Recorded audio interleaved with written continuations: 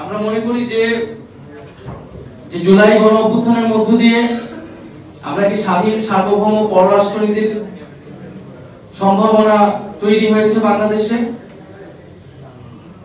এবং বাংলাদেশ একটি ভারসাম্যপূর্ণ মর্যাদা ভিত্তিক একটা পররাষ্ট্রনীতি মাধ্যমে পরিচালিত হবে, যেখানে দেশের জাতীয় স্বার্থ এবং জনগণের স্বার্থই প্রধান হিসেবে বিবেচিত হবে। সেই স্বার্থের ভিত্তিতে আমরা যে কোনো দেশের সাথে সম্পর্ক স্থাপন করতে চাই। আমাদের রাষ্ট্রীয় এবং জাতীয় পররাষ্ট্রনীতি আসলে সেই দিকে হওয়া উচিত। গত 16 বছরের যে আমাদের নতজানু অবস্থা থেকে আমাদের বের হয়ে এসেছি 5ই আগস্ট, এবং সেটা যাতে অক্ষুণ্ণ থাকে, ধারাবাহিকতা থাকে। সামনের দিনগুলোতে যেই সরকারে আসুক না কেন, একটা দেশের সরকার পরিবর্তন হয় কিন্তু পররাষ্ট্রনীতি কিন্তু সহজে পরিবর্তন হয় না, কারণ এটা রাষ্ট্রের সাথে সম্পর্কিত, জনগণের সাথে সম্পর্কিত। কিন্তু আমরা দেখেছি যে আমাদের সরকার পরিবর্তনের সাথে, দলের পরিবর্তনের সাথে আমাদের পররাষ্ট্রনীতিও পরিবর্তন হয়েছে।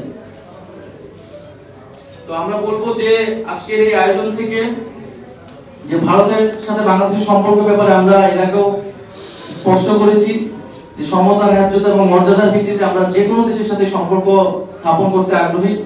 ভারত প্রতিবেশী দেশ হিসেবে ভারতের সাথে আমাদের সেই ঐতিহাসিক, সাংস্কৃতিক এবং অর্থনৈতিক সম্পর্ক রয়েছে। আমরা সেটাকে কন্টিনিউ করতে চাই, বাংলাদেশ সেটা কন্টিনিউ করবে, এটা আমাদের প্রত্যাশা থাকবে, কিন্তু অবশ্যই সেটা সমতা এবং ন্যায্যতার ভিত্তিতে। বাংলাদেশে গত 54 বছর ধরে আমরা দেখেছি যে সীমান্ত হত্যা একটা গুরুতর মানবাধিকার লঙ্ঘন হিসেবে পুরো আন্তর্জাতিক মহলে বিবেচিত হয়ে এসেছে, কিন্তু এই সমস্যার কোনো সমাধান আজ তো হয়নি। আমরা দেখেছি যে বাংলাদেশের সাথে ভারতের যে নদীর পানি বন্টন নিয়ে বিবাদ রয়েছে, সেখানে বাংলাদেশ ন্যায্য হিস্সা পায় না। তো ভারতকে বাংলাদেশের সাথে যদি সত্যিকার অর্থে একটি বন্ধুত্বপূর্ণ গণতান্ত্রিক সম্পর্ক স্থাপন করতে হয়, তাহলে অবশ্যই বাংলাদেশের যেটা হিস্সা, জনগণের যেটা প্রাপ্য, সেই প্রাপ্য বুঝিয়ে দিতে হবে। এবং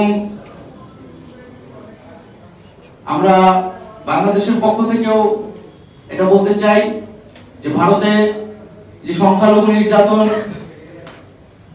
হয়ে এসেছে এবং এখনো নানা সংখ্যালঘু নির্যাতনের কথা আমরা শুনতে পাই, সেখানে মুসলিম, দলিত থেকে শুরু করে বিজেপি সরকার দ্বারা নির্যাতিত হচ্ছে, আমরা সেই নির্যাতনের তীব্র নিন্দা এবং প্রতিবাদ জানাই।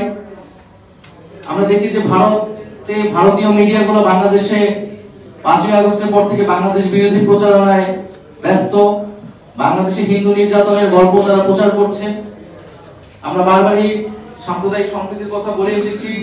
5ই আগস্ট পরবর্তীতে আমাদের পক্ষ থেকে কিন্তু বারবার করে বলা হয়েছে, এবং আমরা এটা নিশ্চিত করেছি যে কোথাও যাতে সাম্প্রদায়িক হামলা, লুণ্ঠন ইত্যাদি না ঘটে। তারপরে 2টি বিচ্ছিন্ন ঘটনা ঘটেছে এবং যার পিছনে রাজনৈতিক উদ্দেশ্য প্রধান ছিল, কিন্তু তার সাথে নানা রকম মিথ্যা জড়িয়ে এখানে হিন্দু নির্যাতনের গল্প আসলে ভারতীয় মিডিয়া এবং পুরো আন্তর্জাতিক মহলে এটা প্রচার করে বেড়াচ্ছে।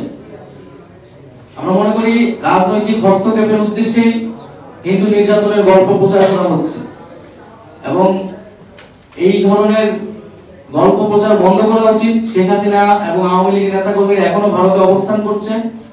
ভারত গণহত্যাকারীদের নিজ দেশে আশ্রয় দিয়ে কোনো ভালো উদাহরণ তৈরি করছে না। বাংলাদেশে বিচার কার্যক্রম আগাচ্ছে, এবং বিচার কার্যক্রম আগালে কূটনৈতিকভাবে যারা দোষী, যারা অপরাধী, মামলার আসামি যারা রয়েছে তাদেরকে ফেরত যাওয়া, শেখ হাসিনা সহ তাদেরকে ফেরত যাওয়া হলে ভারত সরকার সেখানে কোঅপারেট করবে, এটা আমাদের প্রত্যাশা থাকবে, এবং এর মাধ্যমে বোঝা যাবে ভারত বাংলাদেশের প্রতি কতটা বন্ধুত্বপূর্ণ সম্পর্ক রাখতে আগ্রহী।